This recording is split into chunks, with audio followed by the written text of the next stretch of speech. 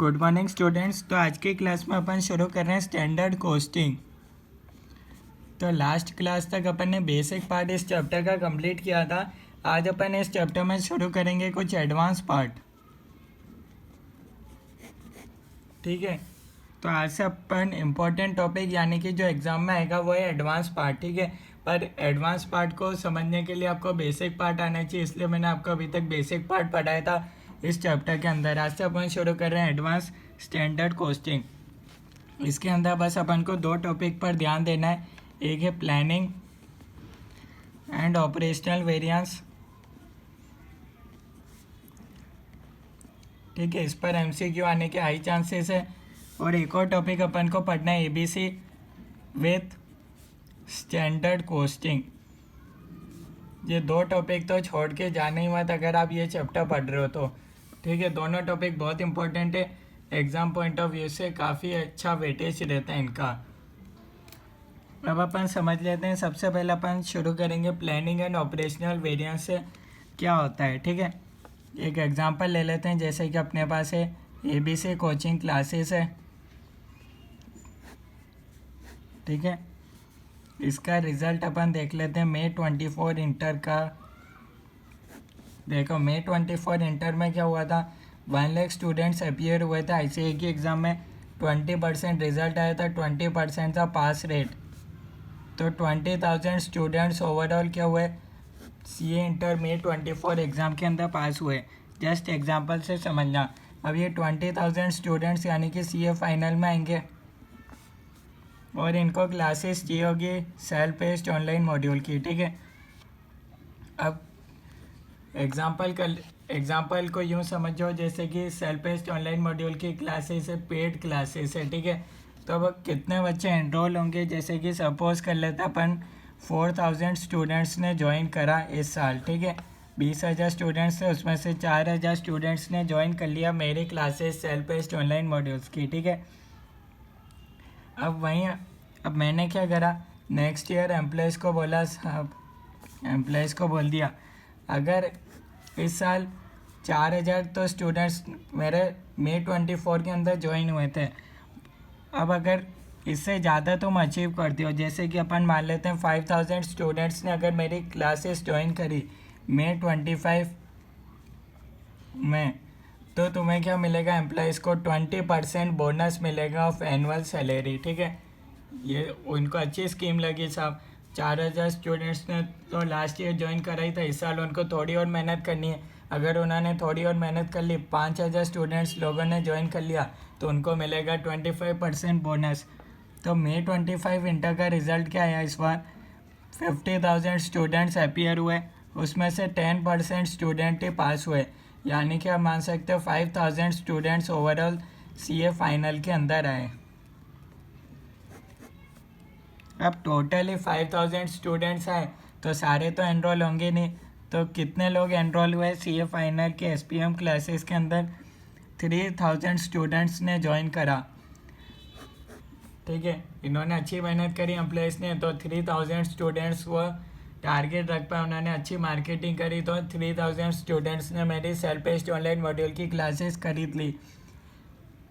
अब ये एम्प्लॉयज़ आए, एम्प्लॉयज़ ने मेरे से बोला साहब उनको बोनस चाहिए, बोनस बोनस। उन्होंने करा शोर मचा दिया एकदम बोनस। मैंने उनसे पूछा एम्प्लॉय से आखिर बोनस क्यों दिया जाए, तो मेरा तो टारगेट था 5,000 स्टूडेंट्स ज्वाइन करने चाहिए, तुम तो ये अचीव कर ही नहीं पाए। एम्प्लॉयज़ ने फिर मेरे को समझाया, क्या समझाया, इस समय आपका स्टैंडर्ड कितना था, 20,000 स्टूडेंट्स, यानी कि आप यूँ मान लो 4,000 डिवाइडेड बाई 20,000 इंटू 100, यानी कि आप जितने स्टूडेंट्स आए थे सीए फाइनल के अंदर उसमें से 25% था टारगेट रेट, यानी कि 25% बच्चों ने मेरी क्लासेस ज्वाइन करी थी। और इस बार क्या क्या हुआ, एक्चुअल देख लेते अपन, 3,000 डिवाइडेड बाय 5,000 इंटू 100, तो ये अपने पास कितना आता है, ये अपने पास आएगा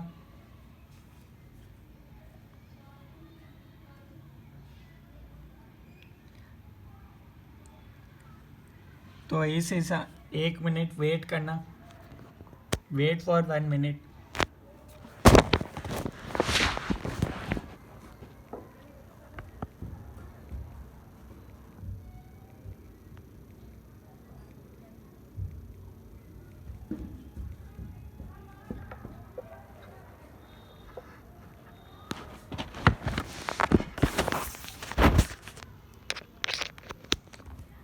हाँ, तो इधर कितना रहा, ये अपने पास आया 60%, यानी कि May 24 में तो अपन 25% ही सक्सेस रेट अचीव कर पाए, पर इधर कितना कर पाए 60%। तो साहब अब आप ही बताओ कि एम्प्लॉयज़ को 20% बोनस देना चाहिए या नहीं देना चाहिए। अब बिल्कुल देना चाहिए, ठीक है, क्योंकि ये 5000 क्या था, ये मेरा स्टैंडर्ड था, पर ये स्टैंडर्ड में क्यों नहीं अचीव कर पाया, क्योंकि ये चीज़ें मेरे हाथ में नहीं थी कितने स्टूडेंट्स अपीयर होंगे, ठीक है। तो आप यूँ बोल सकते हैं इस कंसेप्ट का अब अपन समझते हैं। जैसे कि मैंने स्टैंडर्ड तो सेट किया था, इधर 5000 बच्चे ज्वाइन करने चाहिए, पर मेरे को क्या करना पड़ा, अपना रिवाइज करना पड़ गया स्टैंडर्ड, जो कि मेरे पास कितना होना चाहिए था 25%, यानी कि 5000 का 25% मेरा बनता है स्टैंडर्ड 5। ये हो गया 1250 स्टूडेंट, यानी कि एज पर लास्ट ईयर देखा जाए तो मेरे से 1250 स्टूडेंट से SPM की क्लासेस ज्वाइन करने चाहिए थे, पर एक्चुअल में कितने लोगों ने ज्वाइन कर ली, 3000, ठीक है। अब ये 5000 से 1250 हुआ, ये रिवाइज स्टैंडर्ड हुआ, तो क्या इसमें मेरी गलती है क्या, इसमें मेरी कोई गलती है ही नहीं। ICI की मर्जी, सब 20% रखे पास रेट, चाहे 10% रखे, कितने बच्चे अपीयर हो, ये चीज़ मेरे हाथ में है ही नहीं। तो इसको बोलते हैं अनकंट्रोलेबल वेरिएंस, इसका एक और नाम है प्लानिंग वेरिएंस, ठीक है। अनकंट्रोलेबल बोल दो, प्लानिंग बोल दो। और 1250 से 3000 अचीव कर पाए, ये तो मेरे हाथ में एक्चुअल में, यानी कि 1250 ओवरऑल मेरा लास्ट ईयर था, तो इससे ज़्यादा अचीव कर पाऊँ ये तो एम्प्लॉयज़ के हाथ में था। तो इसको अपन बोलते हैं कंट्रोलेबल वेरिएंस। अगर वो अच्छा मार्केटिंग करेंगे तो ज़्यादा 1250 से अपन ज़्यादा टारगेट अचीव कर लेंगे, अगर उन्होंने अच्छी मार्केटिंग नहीं करी तो इतना रह सकता है या फिर इससे भी कम रह सकता है। तो इसको अपन बोलते हैं ऑपरेशनल वेरिएंस, कंट्रोलेबल को बोलते हैं ऑपरेशनल वेरिएंस, ठीक है। अब इसका फॉर्मूला वाइज अगर आप देखो तो ये कैसे निकालेंगे, ओरिजिनल स्टैंडर्ड माइनस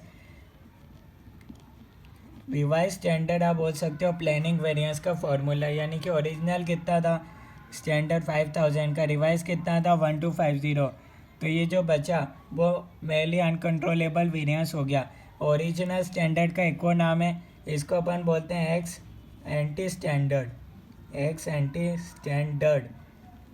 और रिवाइज स्टैंडर्ड को अपन बोलते हैं एक्स पोस्ट स्टैंडर्ड। ये MCQ में भले ही आ जाए तो मैं बता रहा हूँ, हर एक टर्म आपको बता रहा हूँ, ठीक है। और ऐसे कंट्रोलेबल वेरिएंस अपन कैसे निकालेंगे, 1250 revise standard minus actual standard आप बोल सकते हो। ये आंसर क्या आएगा, इसको मल्टीप्लाई कर दो इनटू एक्चुअल क्वांटिटी, ठीक है। Revise standard minus actual standard into actual quantity, आपके पास आ जाएगा कंट्रोलेबल वेरिएंस। तो यहाँ तक कोई डाउट है तो बता सकते हो। अब अपन कुछ एग्जांपल कर लेते हैं ताकि आपको और अच्छे से समझ में आ जाएगा ये टॉपिक। तो बढ़ते हैं नेक्स्ट। अब जैसे कि अगर आप करना चाहो तो एक एग्जांपल अपन कर सकते हैं इसी टॉपिक से रिलेटेड, तो आपको ये टॉपिक और अच्छा समझ में आ जाएगा। आपको क्वेश्चन में गिवन है स्टैंडर्ड रेट दे रखी है ₹5, जनरल मार्केट प्राइस आपको दे रखी है at time of purchase, market price आपको दे रखी है ₹5.20, एक्चुअल रेट आपको दे रखी है ₹5.18 दे रखी है, आपके पास 10,000 यूनिट्स है, ये आपको दे रखा है। अब आपको सेम निकालना है, ओरिजिनल कितना है, रिवाइज स्टैंडर्ड आपका कितना हुआ, एक्चुअल स्टैंडर्ड कितना हुआ, ये सारी चीज़ें आपको निकालनी है। क्या आप कैलकुलेट कर सकते हो, नहीं कर सकते तो अपन कैलकुलेट कर लेते हैं। क्या कैलकुलेट करना है, uncontrollable variance and controllable variance, दो चीज़ें निकालनी है। देखो ओरिजिनल मेरा कितना था, ओरिजिनल मेरे कितनी रेट थी साहब, ₹5 में मेरा टारगेट था साहब इतने में रिवाइज स्टैंडर्ड। पर जब मैं बाज़ार गया ख़रीदने तब उसकी रेट ही बदल चुकी थी, उसकी रेट हो गई थी 5.20, जो कि मेरे हाथ में नहीं थी।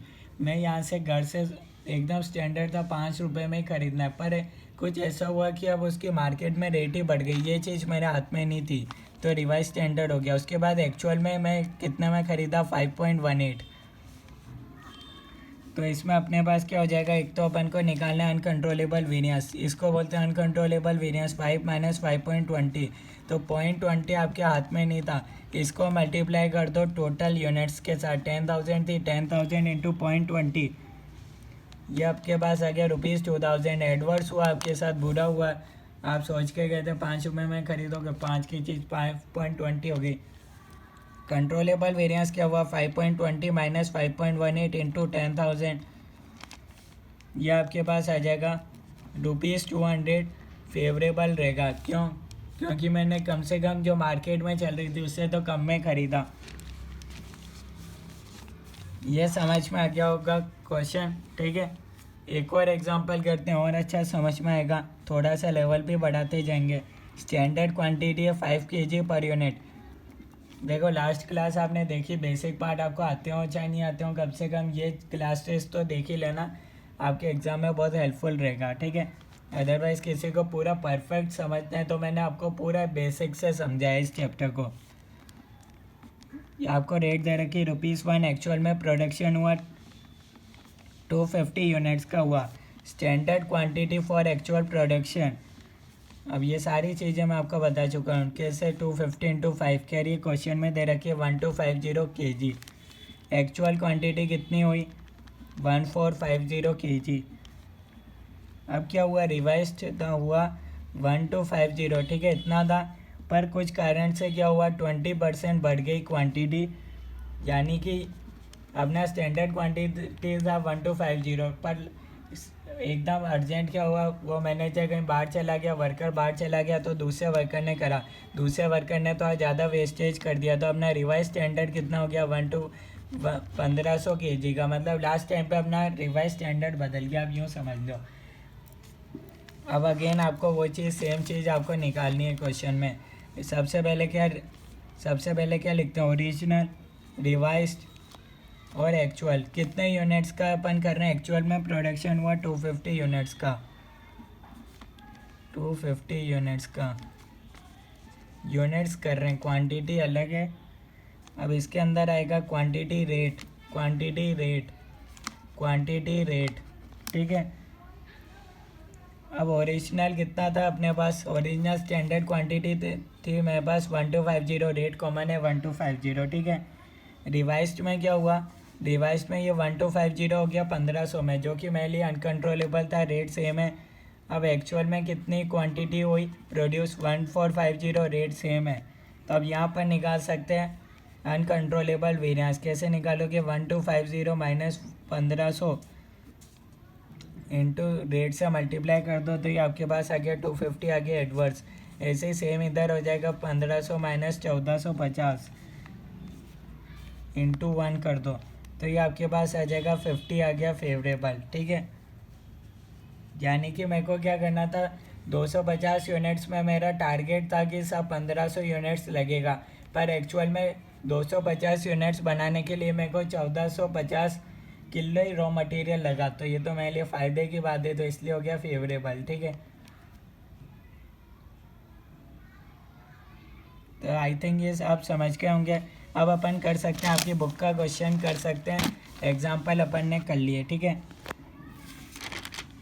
कुछ एग्जाम्पल कर लेते हैं, 2 क्वेश्चन चलो आपकी बुक के कर लेते हैं सॉल्व, तो आपको पता चलेगा आपकी बुक के अकॉर्डिंग भी पढ़ रहे हैं सही से।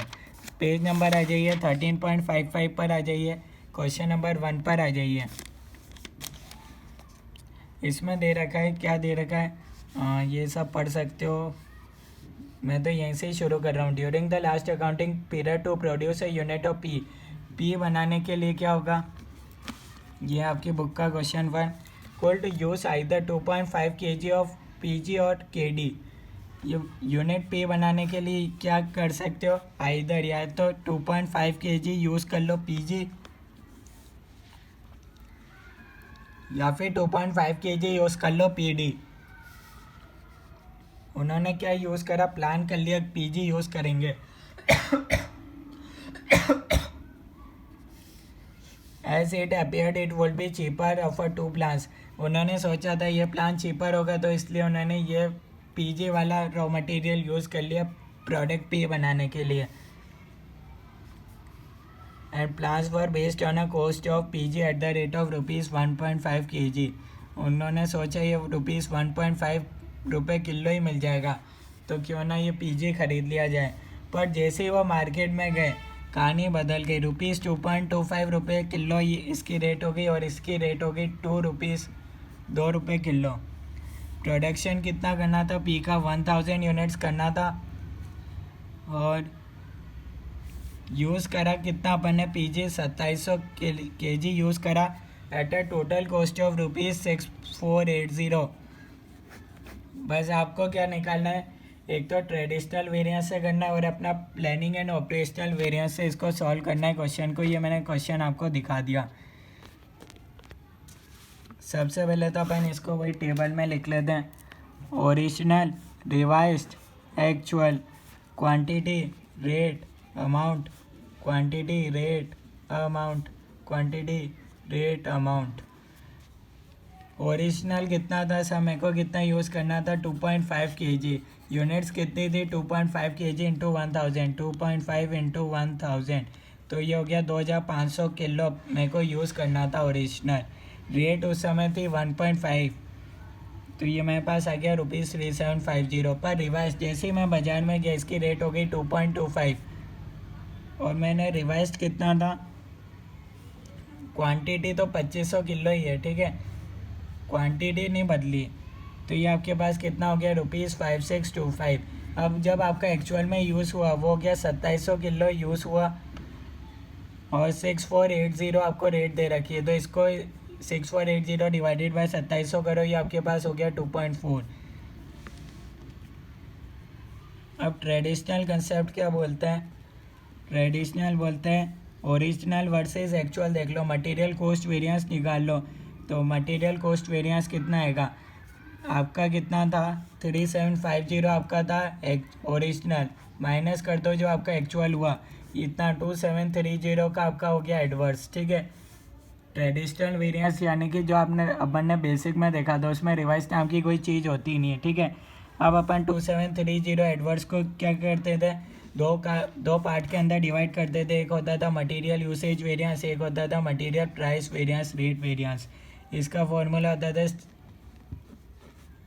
Standard quantity minus actual quantity into standard rate, standard rate minus actual price into actual quantity. ये फॉर्मूला अपन बेसिक में पढ़ के आए हैं, ठीक है। स्टैंडर्ड क्वांटिटी 2500, एक्चुअल में यूज़ हो गया 2700 किलो, स्टैंडर्ड रेट थी 1.5, ये आपके पास आ गया 300 एडवर्ड्स आ गया, और यहाँ थी स्टैंडर्ड रेट थी 1.5, एक्चुअल रेट हुई 2.4, इसको एक्चुअल क्वांटिटी से मल्टीप्लाई कर दो जो कि है 2700, ये आपके पास आ गया 2430 एडवर्ड्स। ये तो आपका ट्रेडिशनल कंसेप्ट हो गया।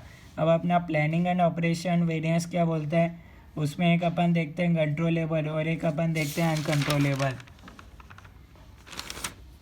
ठीक है। यहाँ थोड़ा सा अपन देखेंगे, या अपने एक अपन देखेंगे इसमें क्या हुआ। इसमें आप देख सकते हो एक तो क्वांटिटी में भी डिफरेंस है और रेट में भी डिफरेंस है। अभी तक अपन ने जो क्वेश्चन करे थे उसमें एक चीज़ में डिफरेंस होता था, या तो क्वांटिटी में या रेट में। इसमें क्या है, दोनों में डिफरेंस है। तो ये अपने पास कितना होगा? एक तो 2500 माइनस 2700, ठीक है, ये अपने पास आ जाएगा कंट्रोलेबल वेरिएंस। 2500 माइनस 2700 इंटू इसको रेट से मल्टीप्लाई कर देंगे, जो रिवाइज्ड रेट है उससे से मल्टीप्लाई करेंगे 2.25, तो अपने पास आ जाएगा 450 आ रहा है एडवर्स। 2500 किलो यूज़ होना चाहिए था, एक्चुअल में ज़्यादा यूज़ हो गया एडवर्स।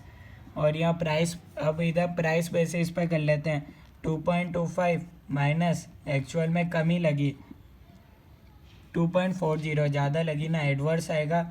इसको मल्टीप्लाई कर दो, टोटल कितनी थी एक्चुअल क्वांटिटी, यहाँ पर इससे करेंगे तो यहाँ अपने पास आ जाएगा 405 आ जाएगा एडवर्स। यहाँ तक कोई डाउट है तो आप बता सकते हो। अब यहाँ अपन को क्या दे रखे थे? प्लानिंग में दो इनपुट्स आपको दे रखे, दोनों चीज़ें सेम अलग हो रही। 2500 का 2700, 2.25 का 2.40, दोनों में ही डिफरेंस है।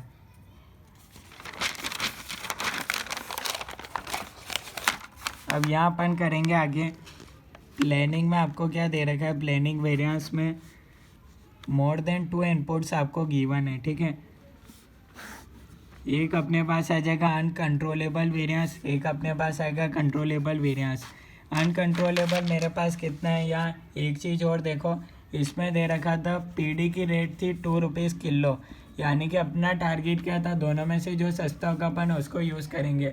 तो अपने पास अनकंट्रोलेबल, कंट्रोलेबल कितना था, कंट्रोलेबल तो मैं चाहता था इसको ख़रीद सकता था लास्ट टाइम पे, तो 2 रुपीज़ में मैं ख़रीद सकता था, पर मैंने कितने में ख़रीदा, 2 रुपीज़ में मैं ख़रीद सकता था, मैंने 2.25 में ख़रीदा, और कितनी क्वांटिटी ख़रीदी, 2500।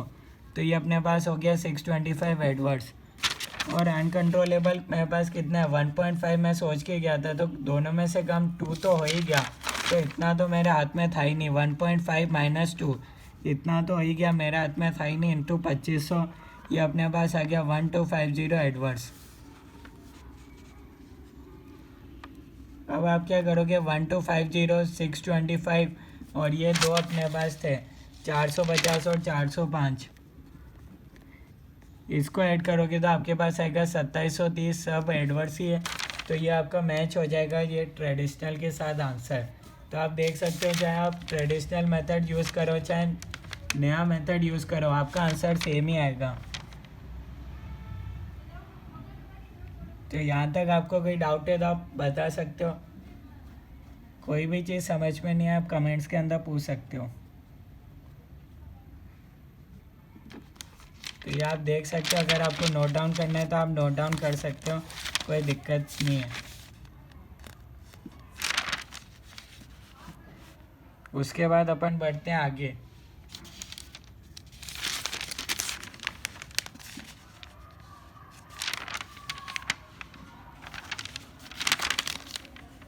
उसके बाद अपन शुरू करते हैं एक और नया टॉपिक जिसका नाम है ABC with standard costing. ABC with standard costing अपन शुरू करते हैं। इसके बाद अपना नया टॉपिक, मैंने बताया था 2 टॉपिक अपन को करने, एक तो प्लानिंग एंड ऑपरेशनल वेरिएंस और एक अपन को यूज़ करना है एबीसी विद स्टैंडर्ड कोस्टिंग। इसके लिए अपन डायरेक्ट क्वेश्चन कर सकते हैं। क्वेश्चन नंबर 6 आपकी बुक का, क्वेश्चन नंबर 6 के आपकी बुक का पेज नंबर 13.58 पर देख सकते हो, ये रहा है। इसमें आपको दे रखा है WG limited usage activity based costing to allocate variable manufacturing overhead cost to products. The company identified 3 activities, 3 activity दे रखा है, indirect material, product testing, energy. Standard rate, standard quantity दे रखा है, एक्चुअल कॉस्ट, एक्चुअल क्वांटिटी दे रखा है। Actual में प्रोड्यूस कितनी हुई, 80,000 यूनिट्स, अच्छा लास्ट क्वार्टर में 80,000 थी, और कंपनी की पॉलिसी क्या, इन्वेस्टिगेट करना है वेरिएंसेस अगर 5% से ज़्यादा का है, तो आपको एक तो कैलकुलेट करना है वेरिएबल ओवरहेड एक्सपेंडिचर वेरिएंस और एक करना है वेरिएबल ओवरहेड एफिशिएंसी वेरिएंस। तो इसको अपन शुरू करते हैं क्वेश्चन को।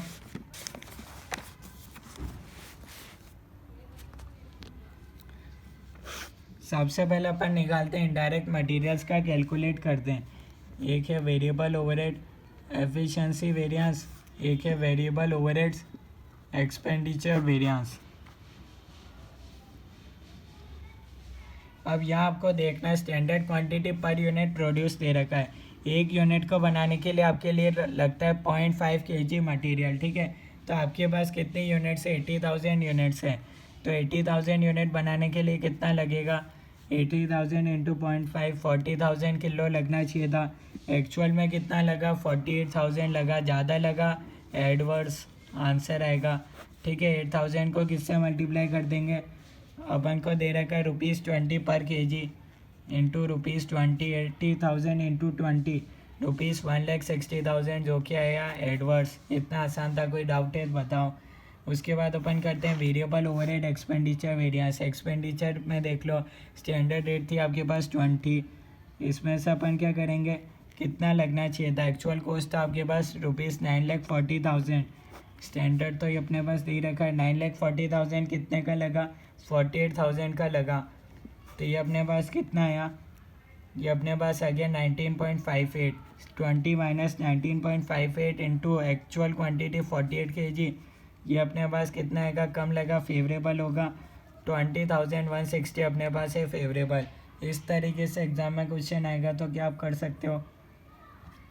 सेम ऐसे अपन निकाल सकते हैं प्रोडक्ट टेस्टिंग में। आप खुद निकाल सकते हो। कैसे निकालोगे, सेम अपन बढ़ते हैं वेरिएबल ओवरहेड एक्सपेंडिचर एफिशिएंसी और एक्सपेंडिचर में। एक यूनिट को बनाने में कितना आपका टाइम लग रहा है, 10 मिनट। अपने पास कितनी यूनिट है, 80,000 यूनिट्स। कितना टाइम लगना चाहिए था, 8 लाख मिनट। कितना लगा एक्चुअल में, 7,40,000। कम लगा, आंसर क्या होगा, फेवरेबल। इसको किससे मल्टीप्लाई कर देंगे, पर में ₹3 आपको दे रखा है। 60,000 इंटू ₹3, 1,80,000 फेवरेबल। कोई डाउट है बताओ। अब ऐसे ही एक्सपेंडिचर में करेंगे। कितना लगना चाहिए था, स्टैंडर्ड था ₹3 और 22,50,000 रुपीज़ थे 7,40,000 मिनट्स के। तो अपने पास कितना हो गया एक्चुअल, ये अपने पास कितना आ गया, ₹3.04। ज़्यादा लग गया एडवर्स। इसको मल्टीप्लाई कर दो टोटल एक्चुअल क्वांटिटी के साथ, 48। वो यहाँ अपने पास कितना आएगा, 7,40,000 मिनट्स पर टेस्ट मिनट है ना, तो इतने टेस्ट मिनट है। इसको मल्टीप्लाई एडवर्स आएगा, ज़्यादा लग गया, 29,600। इतना आसान है। कोई डाउट है तो बताओ। आपको दोनों का ही निकालना था, इनडायरेक्ट मटेरियल और ये आपको दो का निकालना था। सेकंड पार्ट में दे रखा है इनडायरेक्ट मटेरियल और प्रोडक्ट टेस्टिंग। कोई डाउट है तो बताओ, उसके बाद अपन बढ़ते हैं आगे। उसके बाद आपको क्या बोला है, इन्वेस्टिगेट करना है। इन्वेस्टिगेट कैसे करोगे, अगेन दो पार्ट बना लो। अभी अपना कितना लगा, 1,60,000 एडवर्स था फर्स्ट पार्ट के अंदर, पर आइडियल तरीके से कितना लगना चाहिए था तो चलता, 80,000 यूनिट्स फ्री। इसको मल्टीप्लाई कर दो 0.5 किलोग्राम पर यूनिट, 0.5। इसको मल्टीप्लाई कर देंगे ₹20 पर kg। तो आइडियल तो अपने पास था 8 लाख, ठीक है। तो अपने पास कितना हो जाएगा, 1,60,000 डिवाइडेड बाई 8 लाख इंटू 100 कर दो। ये आपके पास आ गया 20%। 5% से ज़्यादा है, इसको रिपोर्ट करने की ज़रूरत है। सेकेंड पार्ट में क्या होगा, सेकेंड पार्ट में अपना कितना था इधर, यह अपना था 20,160। राउंड ऑफ में लेना चाहो तो 20,000 ले सकते हो, डिवाइडेड बाई 8 लाख इंटू 100। ये अपने पास 2.5%। इसको कंसिडर करने की ज़रूरत नहीं है। उसके बाद अपने पास ऐसे इधर कितना चाहिए था, 80,000 यूनिट्स थे अपने पास, ठीक है। 80,000 थे अपने पास यूनिट्स। हर एक यूनिट के लिए कितना लगा, 10 मिनट। इसको मल्टीप्लाई कर दो ₹3 के साथ, तो इतना तो अपने पास था आइडियल। कितना था, 2,40,000। ये तो अपने पास था आइडियल। अपने पास कितना लगा था, 1,80,000। 1.8 2.4 लाख इंटू 100। ये अपने पास हो गया 24 लाख है ना, 24 लाख डिवाइडेड बाय 24 लाख, 7.5% आ रहा है। इसको रिपोर्ट करने की ज़रूरत है, 5% से ज़्यादा है। ऐसे ही थर्ड के इस केस में क्या होगा, 29,600। आइडियल कितना है, 24 लाख इंटू 100। ये तो वैसे ही 5% से कम ही दिख रहा है, 1.2% दिख रहा है। इसको रिपोर्ट करने की ज़रूरत नहीं है। तो इस तरीके से आप एग्ज़ाम में क्वेश्चन कर सकते हो। कोई डाउट है तो बता दो, अदरवाइज ये आप नोट डाउन करना चाहो सॉल्यूशन तो कर सकते हो। सॉल्यूशन नोट डाउन के लिए आप इस तरीके से कर सकते हो। एग्ज़ाम में प्रेजेंटेशन एमसीक्यू आपका है, तो आप थोड़ा रफ स्टाइल में करोगे तो भी चल जाएगा। मेन आपको एमसीक्यू का आंसर टिक करना है। देख लो, कोई डाउट है तो बता दो, अदरवाइज अपन पढ़ते हैं नेक्स्ट क्वेश्चन। आज की क्लास में अपन इतना ही करते हैं। कोई डाउट है बता दो, अदरवाइज ये अपना नेक्स्ट क्लास में देखेंगे, जो अपना बाकी रहेगा वो कर लेंगे। कोई डाउट है तो बस मैं वो सॉल्व कर देता हूँ, अदरवाइज आज की क्लास कंप्लीट होती है। मिलेंगे नेक्स्ट क्लास के अंदर, इस चैप्टर के अंदर जो बाकी होगा अपन वो कर लेंगे।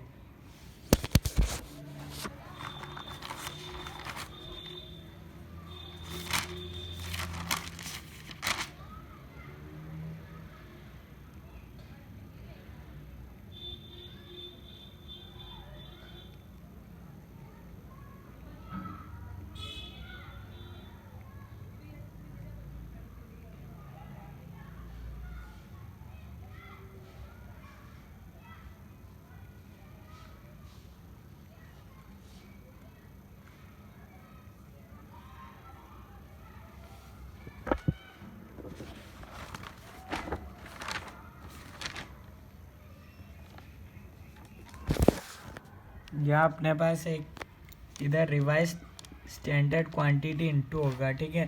प्लानिंग वेरिएंस के इधर अनकंट्रोलेबल वेरिएंस में इसको अपन ऐसा मल्टीप्लाई करते हैं ना, R S Q into revise standard quantity से मल्टीप्लाई करा था।